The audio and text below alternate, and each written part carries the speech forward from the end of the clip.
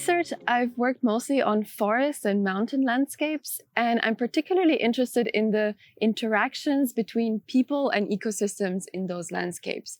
So those interactions can go both ways. On one hand, those are the benefits and services that people get from ecosystems, things like protection from natural hazards from mountain forests, or spaces for recreation, climate mitigation, and so on.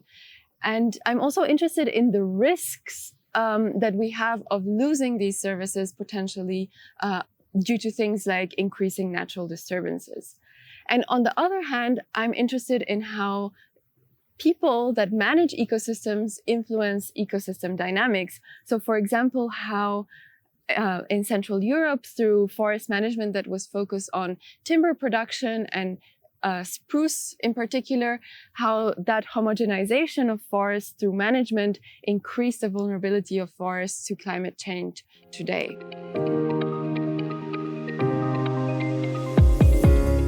By working on these interactions over the years, I've come to realize more and more how important it is to see forests not only as a resource for a socio-economic system or as just a natural system, but as really an interacting social-ecological system. And these social-ecological systems are really complex, very context-dependent. We have different types of ecosystems, different types of actors, different institutions that regulate how actors manage those systems.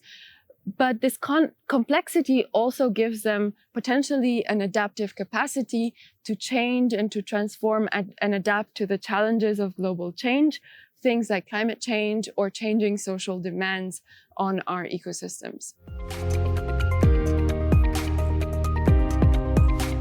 So my work is quite interdisciplinary, and I use different tools, different modeling approaches, including empirical, but also process-based, for instance, agent-based and Bayesian network models, to integrate different types of information that we have about these social ecological systems. So this includes quantitative information, like from remote sensing, for instance, but also things like expert knowledge or local knowledge from people who live in or work with specific ecosystems and in specific places. So in my teaching, I would like to also transmit to students how they can use models as tools to bring together different types of knowledge to better understand social ecological systems, and also to support decisions for more sustainable ecosystem management in the future.